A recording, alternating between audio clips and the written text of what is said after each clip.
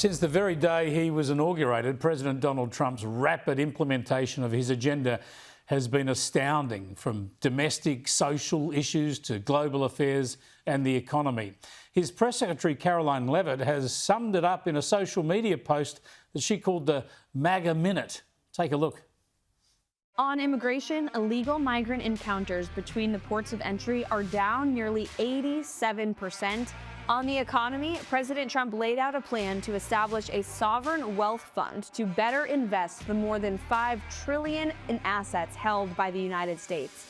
He also proposed tariffs on imports from Canada and Mexico and China, and those tariffs were swiftly paused after our allies agreed to step up and address these issues. We are streamlining USAID into the State Department. President Trump signed a historic executive order to ban men in women's sport. Lastly, President Trump is already making our military strong again. We'll see you for next week's MAGA Minute. Yeah, that was just a week. We'll see what they come up with next week. As I discussed with US analyst Kristin Tate, the media, other politicians, bureaucrats and world leaders are struggling to keep up. That's the whole sort of plan, is to just flood the system with all of these bold EOs and just make it so that the liberal media can't even focus on one thing and start complaining and screaming about it, because before they're done, he's done 5 more things. I mean, every morning is Christmas morning here, Chris. I just love waking up and opening the newspaper and seeing what Donald Trump has done.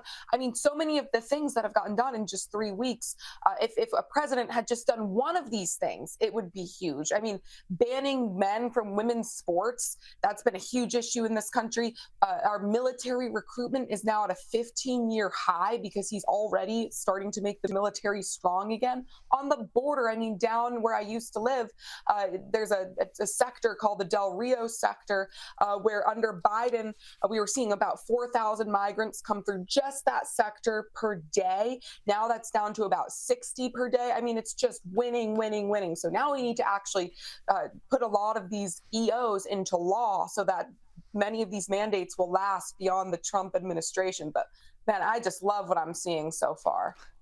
Well, I'll tell you what, one person who's had to hurry up to keep up with Donald Trump is our Prime Minister, Anthony Albanese. He hadn't spoken to Donald Trump since his inauguration. We knew tariffs could be an issue, and when Donald Trump announced tariffs on all imports into the US of steel and aluminium, that was something Australia had carved out previously.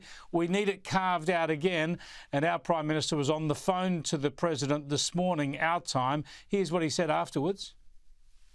I presented Australia's case for an exemption, and we agreed on wording to say publicly, which is that the US President agreed that an exemption was under consideration. Well, he's not the most dynamic character as our Prime Minister, but it sounded like a reasonably good outcome. It suddenly got a lot better only really an hour or so later when Donald Trump spoke to reporters from the Oval Office. I just spoke to him, very fine man, and he has a surplus. I mean, we have a surplus with Australia, one of the few. And the reason is they buy a lot of airplanes. They are rather far away, and they need lots of airplanes. And we actually have a surplus. It's one of the only countries which we do. And I told him that that's something that we will give great consideration to. He's a fine man, says Donald Trump. That's a hell of a lot nicer than anything our Prime Minister ever said about Donald Trump in the past. But that sounds like a pretty good outcome on the cards for our country. Yes, I mean, the relationship is clearly in good shape.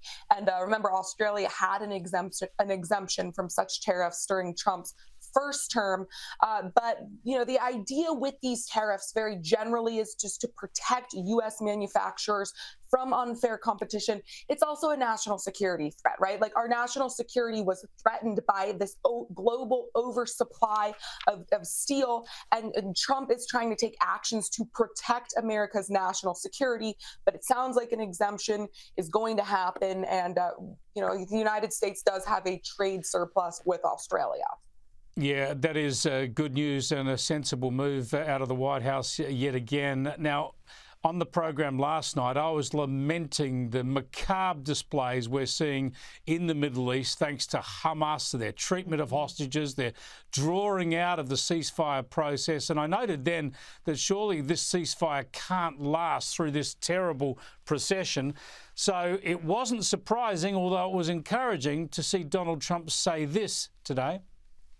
As far as I'm concerned, if all of the hostages aren't returned by Saturday at 12 o'clock, I think it's an appropriate time. I would say cancel it and all bets are off, and let hell break out. All of them, not in drips and drabs, not 2 and 1 and 3 and 4 and 2. All hell is going to break out. And I don't think they're going to do it. I think a lot of them are dead. Yeah, we can all agree with the sentiment, Kristin, but it's very, very difficult, of course, because Hamas are a death cult. They'd still have hostages. There are civilians involved. We want them to hand over everybody immediately. Let's hope that's what they do. Yes, this was another example of strong leadership by President Trump. I mean, basically one of 3 things is going to happen here, and all 3 case scenarios are better than what was the case under Biden. Scenario 1 is that the threat works and the hostages are released. Obviously, that's what we want. Scenario 2 is they're released faster than they would have been, maybe not by this deadline, but they're released faster. Option 3 is the hostages are not released. And then at least in that case scenario, it emboldens Israel to take stronger action. And clearly Trump is behind Israel, and it gives him even more reason to do so in the public eye. So this was the right thing to do by President Trump. Yeah, thanks for joining us, Kristin. We'll watch that one in coming days, and we'll catch up with you next week to see how much they can cram into that White House minute when they post that on social media next week. Sounds great. Thank you, Chris.